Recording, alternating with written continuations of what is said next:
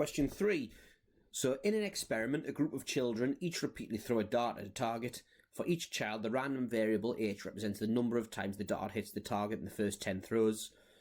Peter models h as binomial distribution, 10 trials, and probability of success 0.1.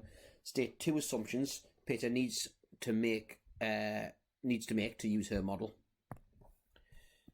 So the 2 assumptions for the binomial distribution are trials are independent and a constant probability of success, but you have to write that in the context of the question. So assumption 1, throws are independent.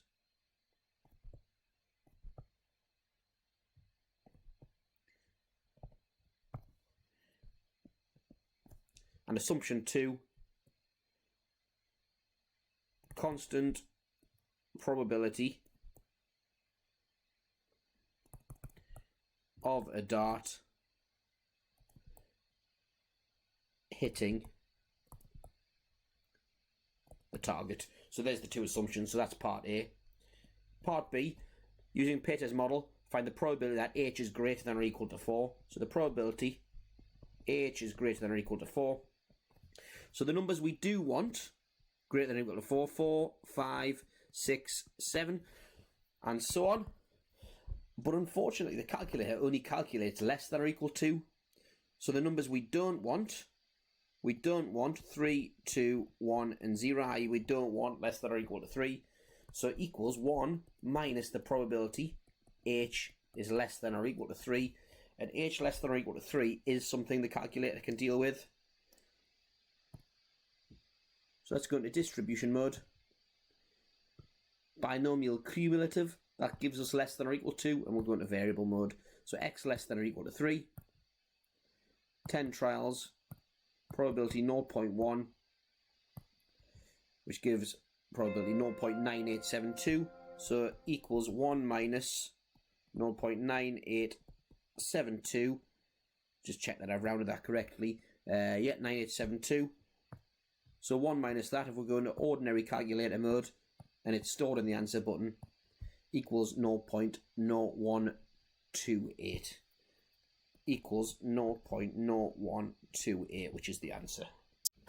Part C, so for each child, the random variable f represents the number of the throw on which the dart first hits the target.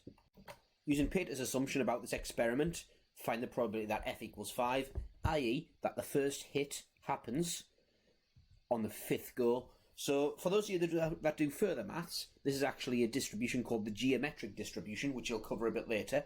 But for now, we're just going to use our deduction. So if it first hits the target on the 5th go, that's 4 losses, i.e.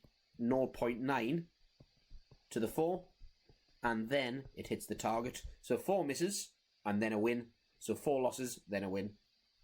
So the probability f equals 5 equals, and that's, remember, part C.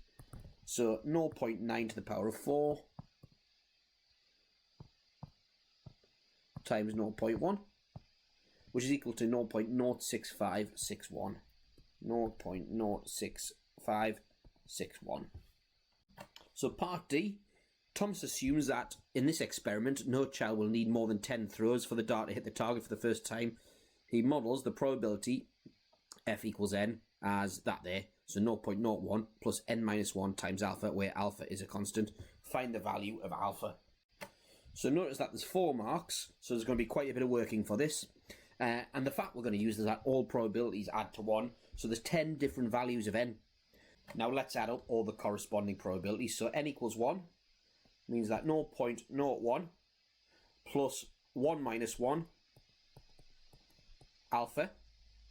Cross that out.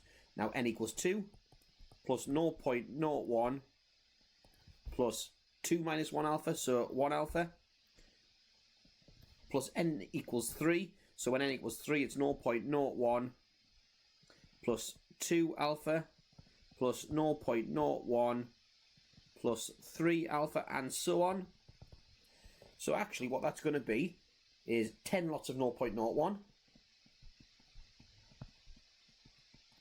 plus, then we add alpha plus 2 alpha plus 3 alpha plus 4 alpha plus 5 alpha plus 6 alpha plus 7 alpha plus 8 alpha plus 9 alpha if we add them all up.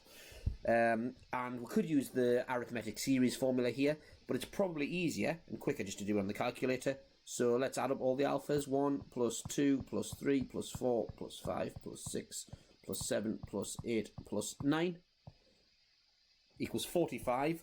10 lots of 0.1 is 10 lots of 0.01 is 0.1 plus 45 alpha, and we know all those probabilities add up to 1, which means that 45 alpha equals 0.9, taking 0.1 from both sides, which means that alpha equals 0.9 over 45.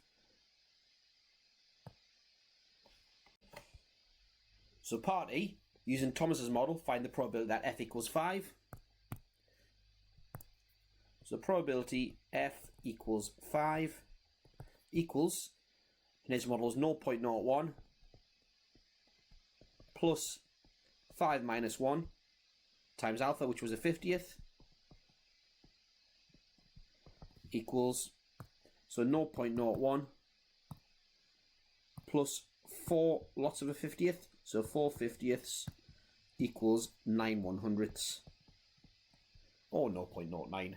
So part F, explain how Peter's and Thomas's models differ in describing the probability that a dart hits the target in this experiment. So Peter's model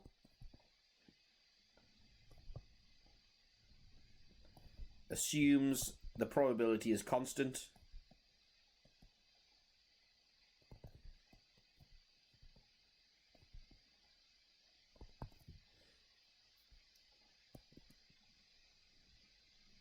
Thomas's model assumes people improve with each throw.